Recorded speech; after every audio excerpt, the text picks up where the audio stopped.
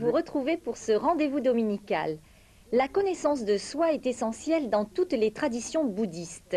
Au cours d'une interview réalisée en septembre dernier au temple de la Gendronnière, Roland Reich vous invite à découvrir les moyens que propose la tradition zen pour accéder à cette connaissance.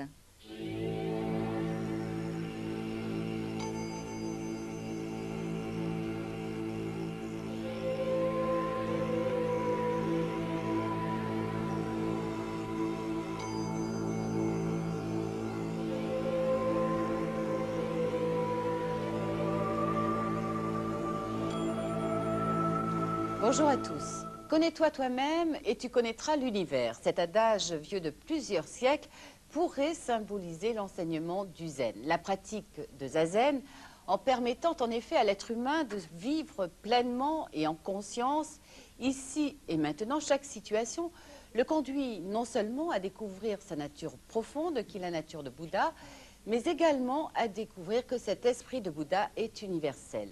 Nous allons donc voir maintenant avec Roland Reich comment la pratique de zazen permet d'accéder à cette connaissance de soi, une connaissance qui n'est pas simple spéculation intellectuelle, puisqu'elle suppose en effet d'être vécue à la fois par le corps et par l'esprit.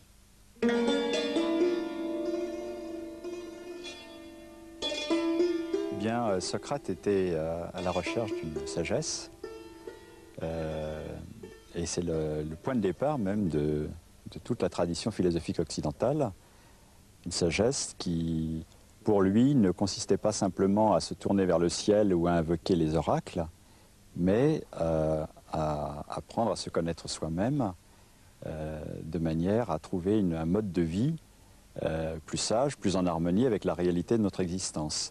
Le problème de la philosophie qui s'est développée à partir de Socrate, c'est que très vite, déjà avec Platon, on est parti dans le domaine des idées. On est parti dans les abstractions, dans des notions. Et finalement, la philosophie occidentale s'est beaucoup dévoyée dans des constructions mentales, ce qui fait qu'elle a, pour beaucoup, manqué son objet, qui était la recherche d'une sagesse concrète, d'une manière de vivre heureuse, et qui nous permette de nous sentir vraiment en harmonie avec notre être profond. Alors, ce qui est curieux, c'est qu'à la même époque, c'est-à-dire en gros 5 siècles avant Jésus-Christ, en Orient, en Inde, un homme s'est posé la même question que Socrate. Et Bouddha a fait le pari qu'il y avait un moyen beaucoup plus direct et beaucoup plus efficace d'atteindre à la sagesse et à la libération et au véritable bonheur, qu'il appela le nirvana, en faisant un retour sur soi-même à travers une pratique de méditation qui aboutisse à une connaissance de soi. Mais cette pratique de méditation, donc le zazen, que le Bouddha a découverte au bout de son cheminement, est une pratique qui, à la différence de la réflexion philosophique occidentale, implique une totale présence à soi dans son corps, dans sa respiration, ici et maintenant. Et ça crée une différence fondamentale dans les effets de cette quête de vérité, de cette recherche de sagesse, qui, à travers le zen, n'est pas purement intellectuelle, n'aboutit pas à des constructions mentales, mais aboutit à une intuition, à un ressenti qui modifie immédiatement notre manière d'être au monde.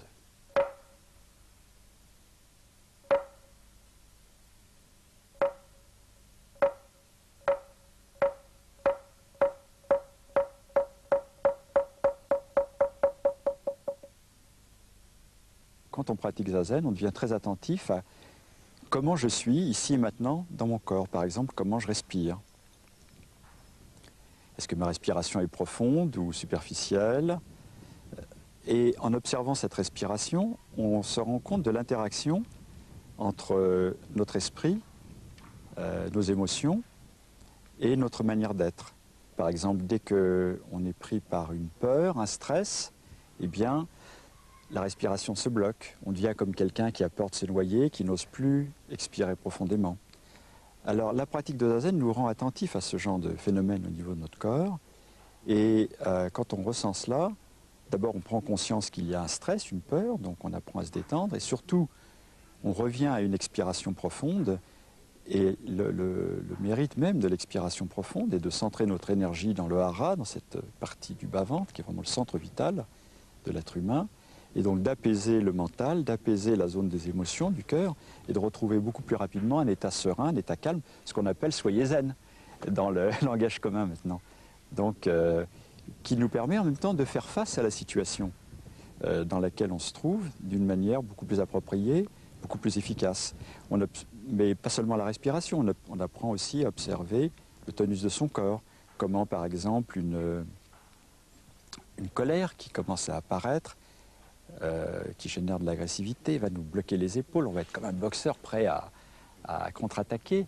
Et souvent, évidemment, on ne peut pas le faire parce que notre civilisation ne permet pas d'expression des émotions à un niveau physique comme ça. Alors on rentre les choses à l'intérieur de soi et c'est comme ça qu'on se retrouve avec des épaules douloureuses, avec un dos le soir on a l'impression d'avoir porté des fardeaux toute la journée. Souvent les gens comme ça ont des douleurs et ils pensent que c'est des rhumatismes, mais ce n'est pas des rhumatismes, c'est simplement des conflits entre leur désir profond et puis ce qui se passe dans la réalité pour eux, dans leur relation, dans leur contact avec le monde. Alors, avec la pratique de zazen, on devient très, très attentif à ça.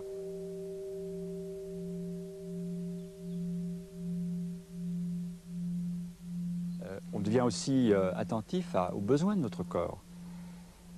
Par exemple, il y a une maxime zen fondamentale qui est quand j'ai faim, je mange, et quand je suis fatigué, je dors. Ça paraît chose élémentaire, mais en réalité, peu de gens ont cette sagesse du corps de respecter vraiment les besoins de son corps. La plupart du temps, les gens, quand ils se sentent fatigués, ils prennent une tasse de café pour continuer, essayer d'être aussi performant que possible, au lieu de se reposer, faire une sieste au milieu de l'après-midi, par exemple. Ou alors, on mange sans faim, parce qu'il y a des rythmes sociaux, des habitudes. Et finalement, on se détraque la santé, et finalement, notre énergie se dégrade, et on n'arrive pas à incarner une véritable sagesse dans notre comportement simple de la vie quotidienne. Donc déjà, la pratique du zen nous apprend à retrouver cette intimité avec le corps qui n'est pas séparée de notre esprit et qui fait partie de notre être.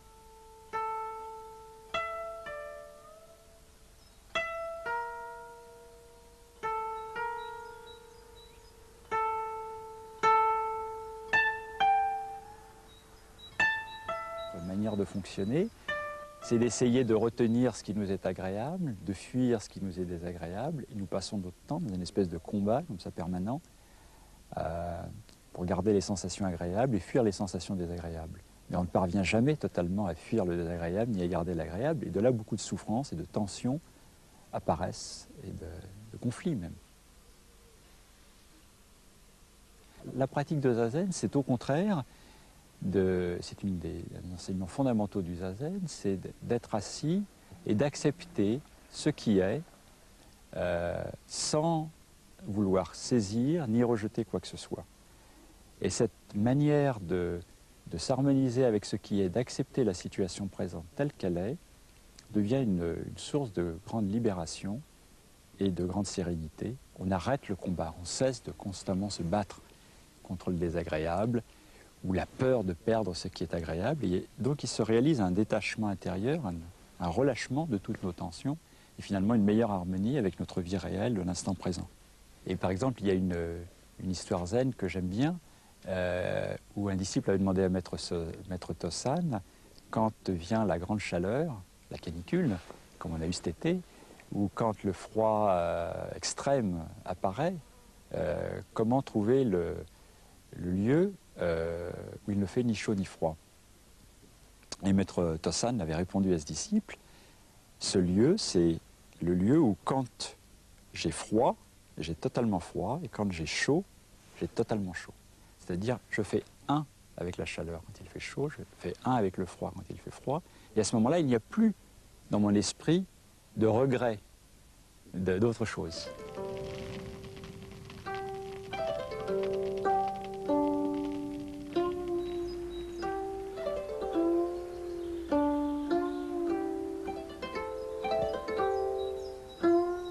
Les perceptions, c'est ce qui nous permet de reconnaître, par-delà l'agréable et le désagréable, de reconnaître ce qui se passe, reconnaître ce que nous percevons, reconnaître un son, reconnaître une forme, reconnaître une image. Le problème, c'est que nos organes et notre conscience qui perçoit ne sont pas neutres. On perçoit toujours notre environnement à travers notre expérience acquise, à travers aussi nos préjugés, à travers nos préférences, à travers tous nos conditionnements, à travers ce qu'un maître zen appelait nos lunettes colorées, qui font qu'au lieu de voir le ciel bleu tel qu'il est, on le voit à travers nos lunettes de soleil. Mais là où ça devient plus embêtant, c'est quand on se trouve face à une personne, au lieu de la voir telle qu'elle est, c'est-à-dire d'être réceptif à la personne elle-même, comme une rencontre nouvelle, et sans préjugés, eh bien on la voit à travers nos préférences, et immédiatement le jugement se met en route.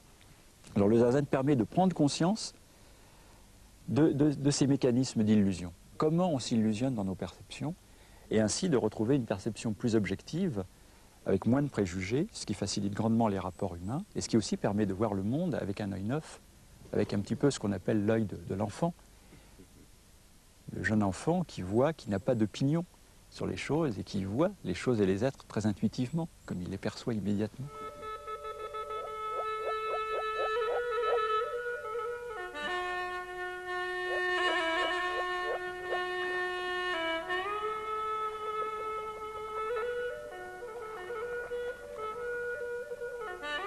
Je crois que c'est très important d'être conscient de ses désirs. Beaucoup de gens n'ont pas conscience de ce qu'ils désirent profondément.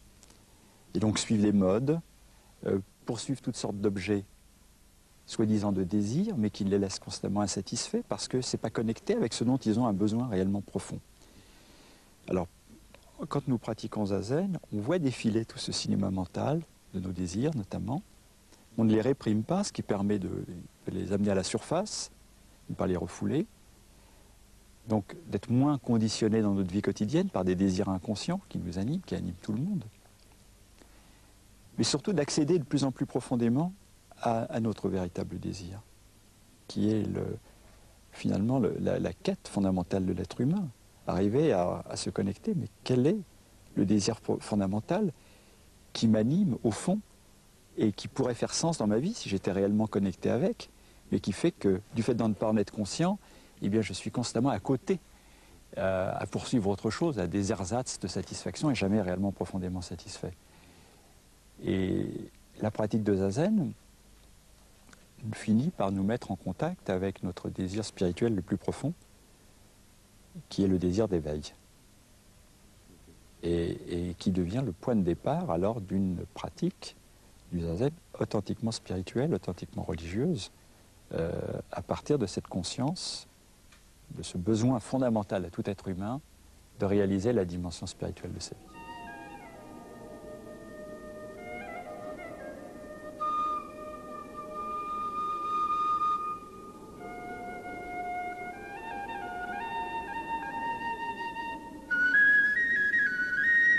La conscience est présente à toutes les étapes, car la conscience n'existe pas indépendamment de notre corps. Il y a une conscience du corps, la conscience est conscience de nos sensations, la conscience est toujours conscience de quelque chose. Donc notre conscience nous accompagne constamment, mais la pratique de zazen nous apprend à ramener cette conscience justement à la présence, à ce qui est ici et maintenant. Mais pas seulement ça. Il est aussi important de lâcher même cette conscience-là, de lâcher la conscience qui est consciente de quelque chose. Parce que c'est utile d'être conscient de ce qui se passe. Mais finalement, la véritable libération, c'est au-delà de la conscience qui crée la séparation entre soi et l'objet. C'est finalement de réaliser cette conscience sans conscience. Cette conscience qu'on appelle dans le zen Nishiryo, cette conscience au-delà de toute mesure, au-delà de toute dualité, au-delà de toute séparation. Et c'est finalement la conscience qui se réalise quand on est corps et esprit totalement en unité, dans l'assise en zazen.